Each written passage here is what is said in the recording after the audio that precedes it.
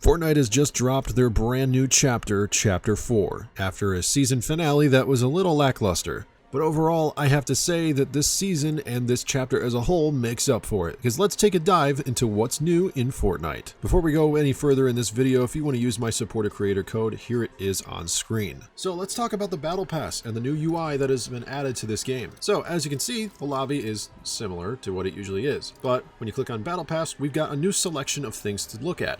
The Battle Pass rewards, and believe it or not, up to 14 different pages, which we've normally only had 10 before. On top of that, we have bonus rewards that we unlock from getting past level 100, and we have mid-season drops, which will drop after earning account levels and after a certain amount of time in the season. The most we'll have to wait is 58 days. And on top of that, also as a mid-season reveal, we have the Geralt of Rivia from The Witcher coming to the game pretty soon. Now let's take a deep dive into the map and everything that's available in gameplay, starting with an augmentation tutorial. The augmentation tutorial will basically just give you a run through of the new perk system that you can get from waiting and surviving in different matches. These can be completed in both solos and normal core modes, as well as Team Rumble. Basically what happens is you survive for a certain amount of time, and then you're given a random choice of a perk, and you can choose from any of the perks you have. Or if you don't like the ones you see, you can exchange 100 bars by pressing E if you're on PC or whatever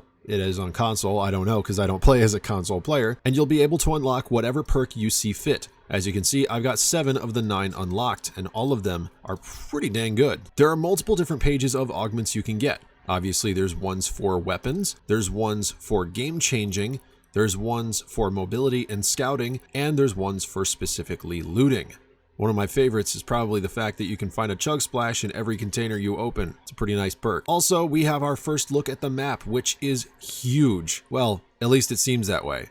Honestly, it's a little bit smaller than the Chapter 3 map that we had, but I'm okay with that because it's all brand new, apart from a couple little Easter eggs, which I actually don't mind. So let's look on the map and see what we got here. This is Breakaway Bay. If you go down here, you'll see that this is actually very reminiscent of the Witcher games, and as a matter of fact, I think this is from the reality that it was pulled from. Up next is the Citadel. This is a huge location that is themed after Geno, also known as the Ageless in the Battle Pass. Geno is the leader of the Imagined Order, or was the leader of the Imagined Order. Spoiler for the Fortnite comics, by the way. If you don't want to hear a spoiler for the Fortnite comics, then don't listen to this next part, and instead skip to this portion of this video. Geno essentially was disintegrated after going into the 0 point back in Chapter 3 Season 2. But now this new formation of Geno himself is a snapshot called the Ageless, with the exact same plan, except younger. Weird. Up next, we have a new location called Anvil Square, which honestly, I really like the look of this place. The aesthetic is very fitting and seems a little bit of one of my favorite locations of Chapter 2, which was Misty Meadows.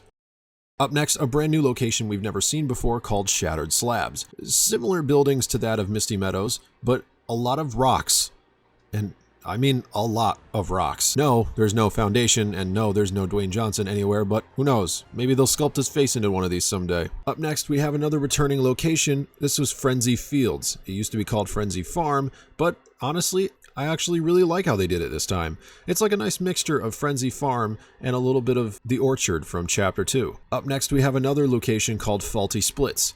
This is kind of like where the realities merge together, and you can definitely tell when you go here that this is what happened, but overall, it's a pretty neat location. Up next, we have Slappy Shores. When you go here, you'll find that this is a factory that is very reminiscent of the Slurp factory back in Chapter 2. However, this is actually a brand new type of drink called Slap Juice. Very ironic, huh? Slurp Juice and Slap Juice. The difference is not only does Slap Juice give you the same effect as Slurp Juice, it also gives you unlimited stamina for a short amount of time. Up next is Brutal Bastion, probably one of the biggest castles I've ever seen in this game.